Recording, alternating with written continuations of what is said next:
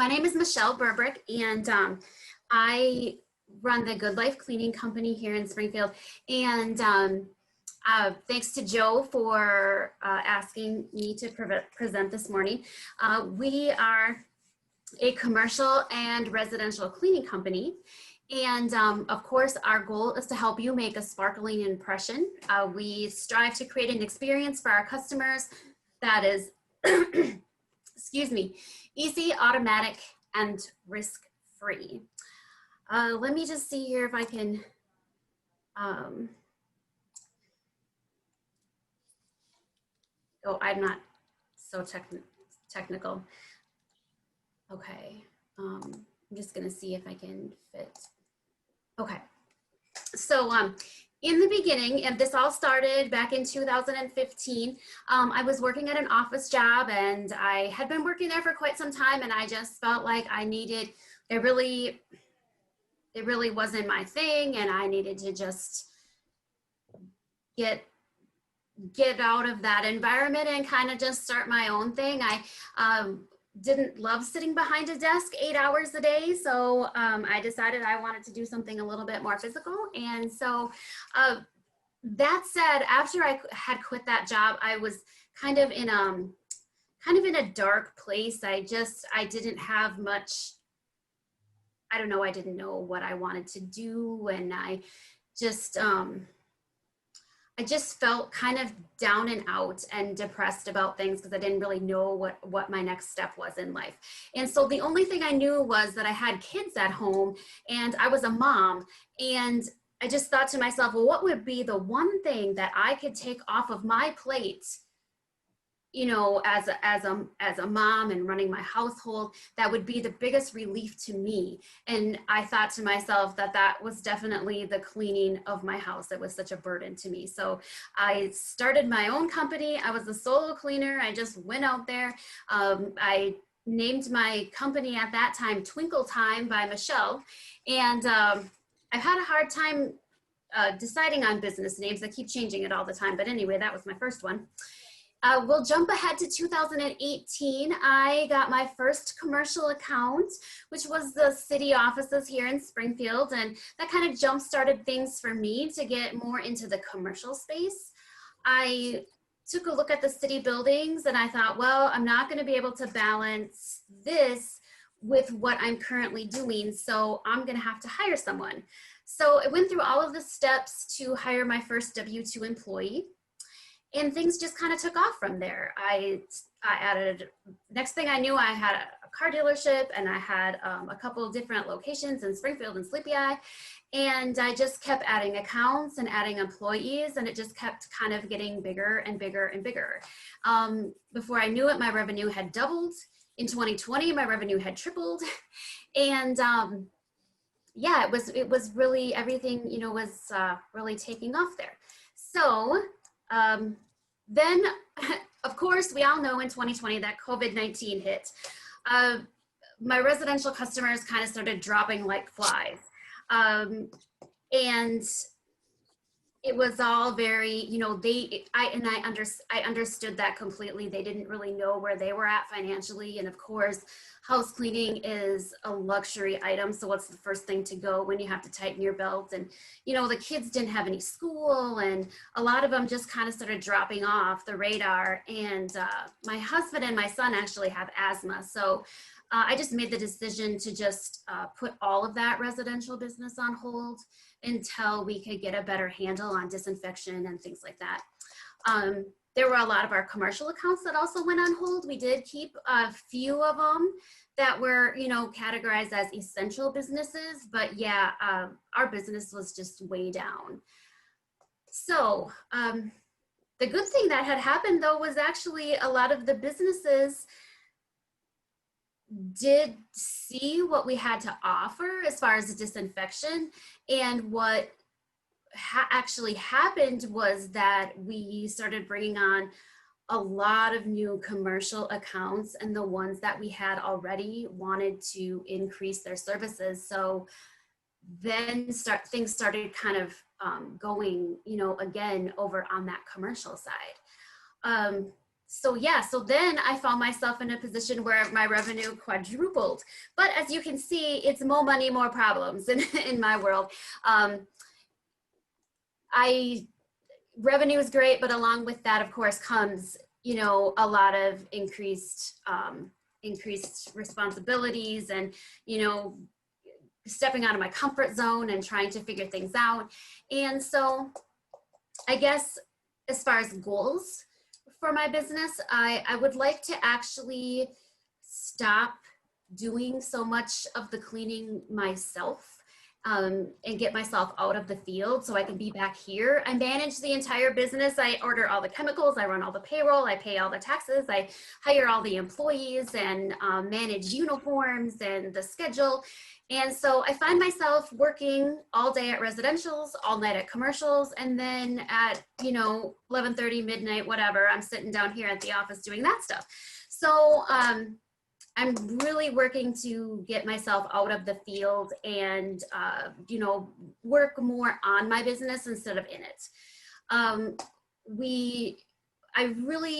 What happened during COVID-19 is that, well, before COVID-19, we were about 50-50. We were about half residential and half commercial. But after COVID-19, we were actually about 80-20. So it's 20% residential and 80% commercial. And so what I would actually like to do is pivot to more of that commercial work. I would also, of course, like to increase my profitability. Who doesn't? I need help delegating tasks. I find myself to be a control freak, and so it's hard to delegate those tasks out. I think that's like kind of a mindset issue. And creating systems and processes so I can automate things. I know that there's a lot of automation that can happen in my business, but I haven't really explored all of those possibilities yet. So yeah, I guess that's just kind of the long and short of where I'm at right now. There's my contact information, my phone, email. I'm on Facebook, website. I do have, this is kind of, well, let me get back to my, I don't know, I can't see you guys. I can see my screen, but I can't see you guys. Let me see.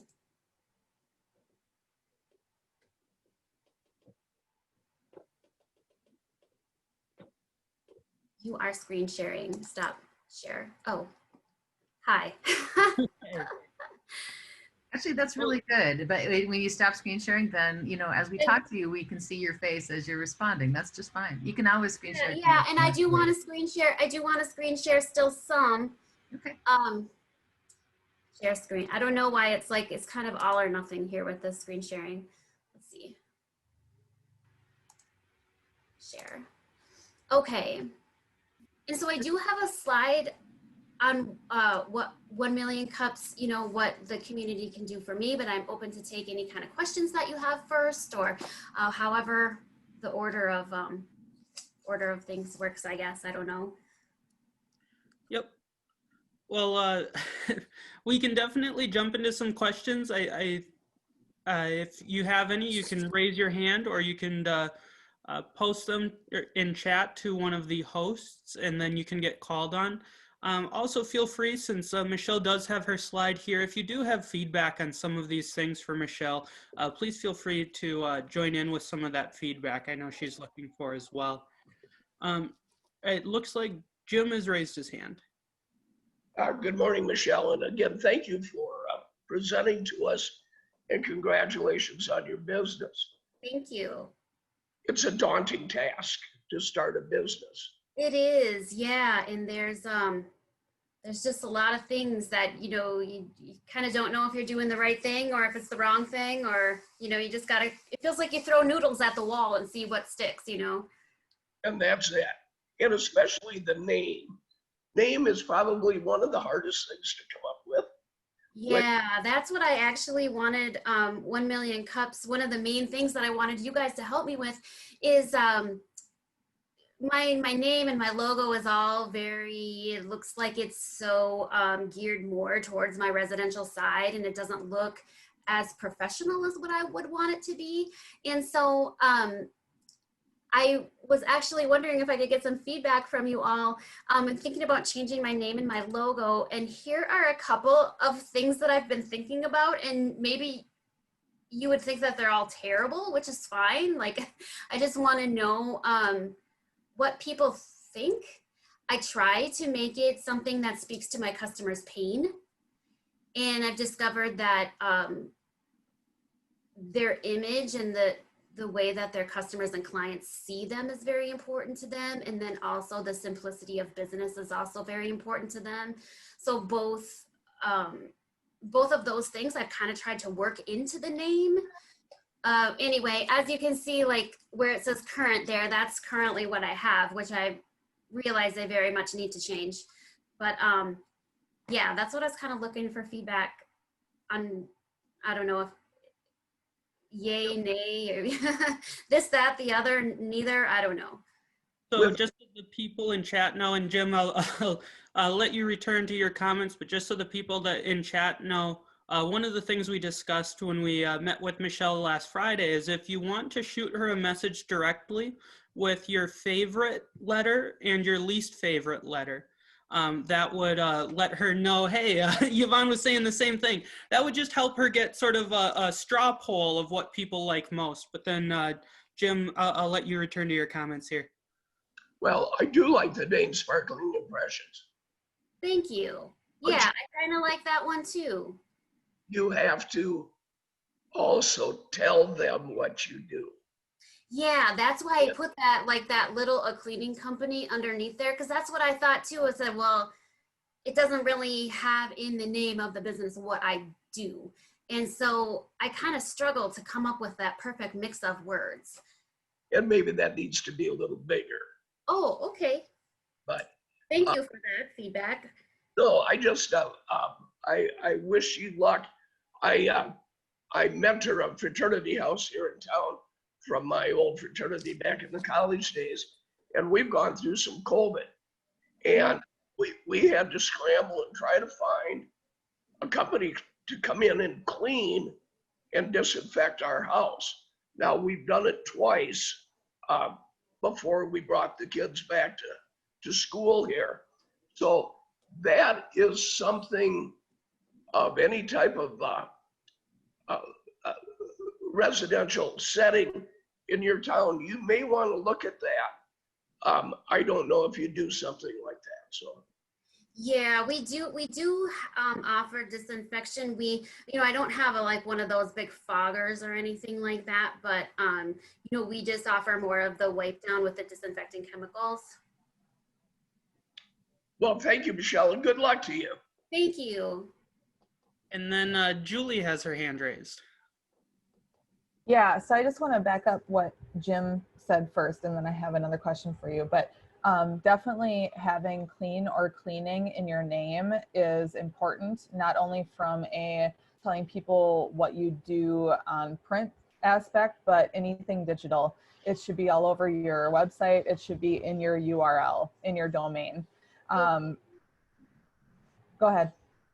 Yeah, well, that's the reason I actually picked my first name was the Good Life Cleaning Company. I thought, well, who could mistake that? Everybody's going to know what I do. And so, yeah, I asked my husband. He says I should just keep everything the same. He doesn't see any reason why I need to change anything. So, yeah, you even having it, what is your website right now? it's thegoodlifeclean.com. Okay. That can get a little long if you can keep your domain to 2 or 3 words, and preferably shorter words. So I'm like on GoDaddy right now looking at your names that you have here, and even Sparkling Impressions Cleaning or something like that would be awfully long, though it is available.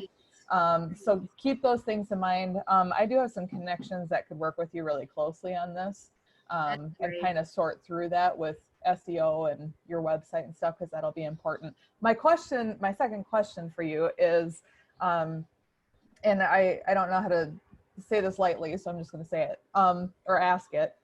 Your first slide stated how you were in an office job and you hated it. Mind you, you were working for someone else, and now you wanted to do something more active, so you're doing the cleaning, but you're working more in your business than on your business, and you want to get back to that.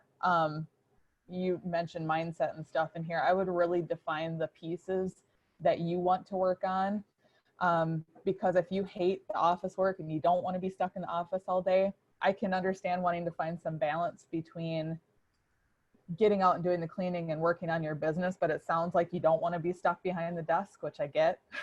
So finding some balance there, like if you hate math and accounting, I would find a CPA, but then do your own marketing. Or if you hate marketing and accounting, you know, find something. You can outsource payroll and outsource accounting. You can outsource marketing. You can outsource anything. You can find a VA to do all the office work.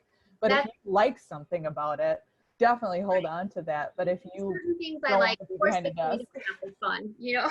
The just be careful, is what I'm saying. To Yeah, be no, like, okay, now I'm stuck behind a desk and I want to get out of here. I don't want to sit behind a desk all the time. So when I do get out of the field, the first thing I want to outsource is scheduling, because I don't like to do that. And then I'm not very good at accounting, so I think I would like to outsource the payroll.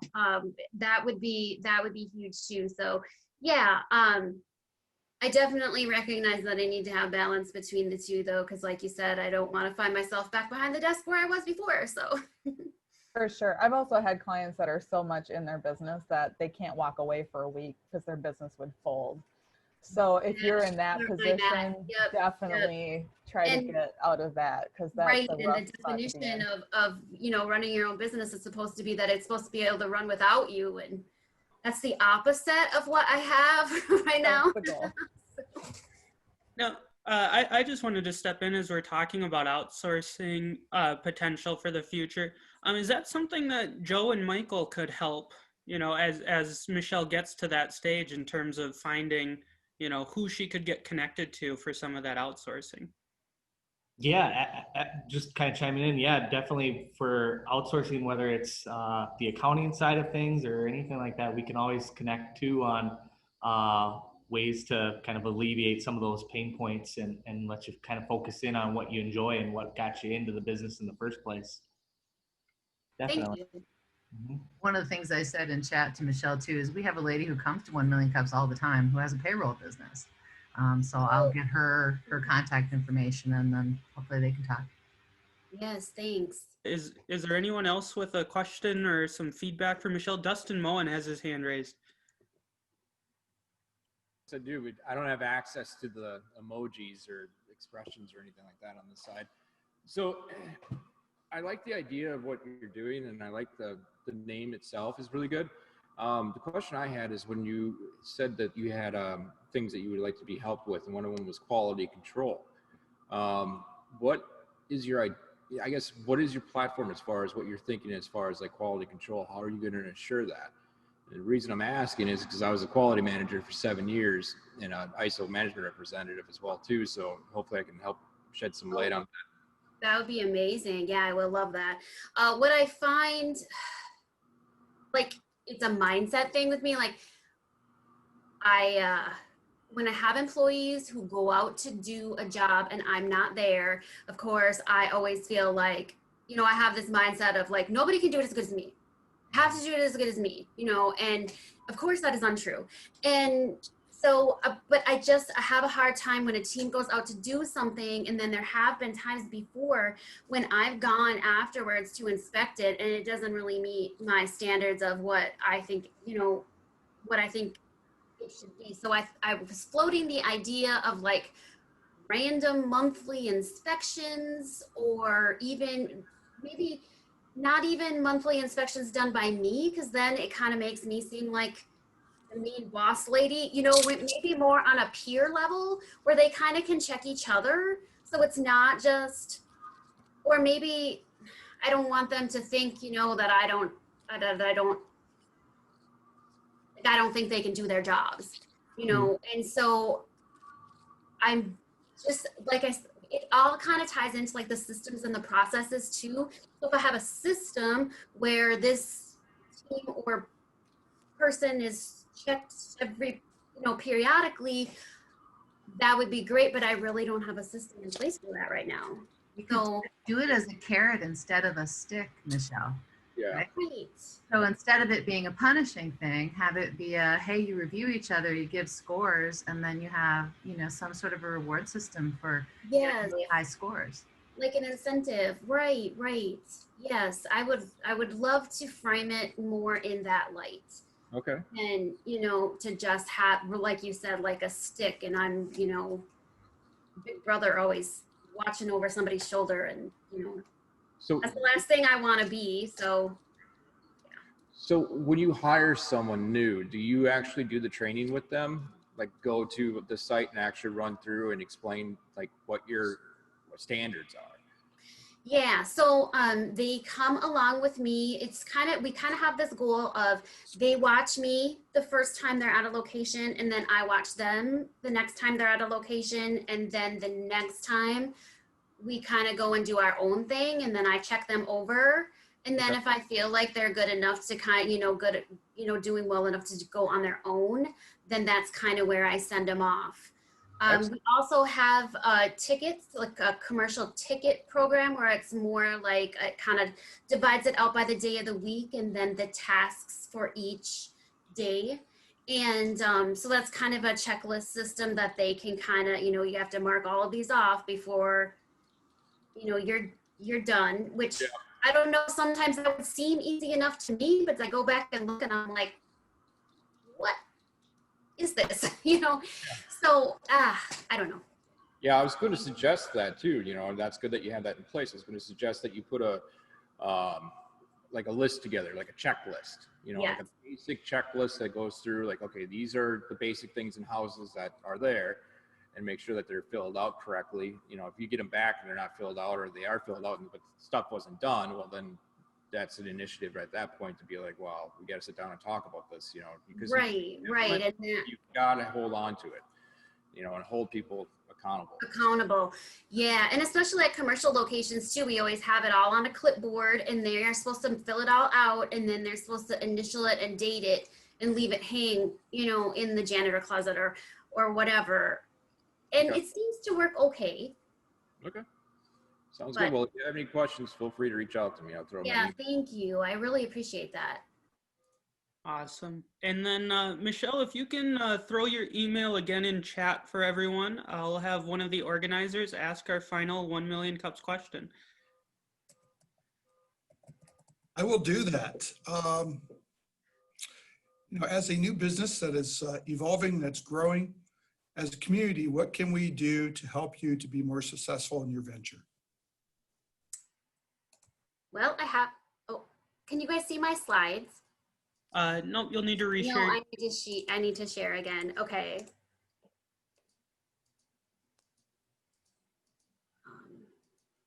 Here we go.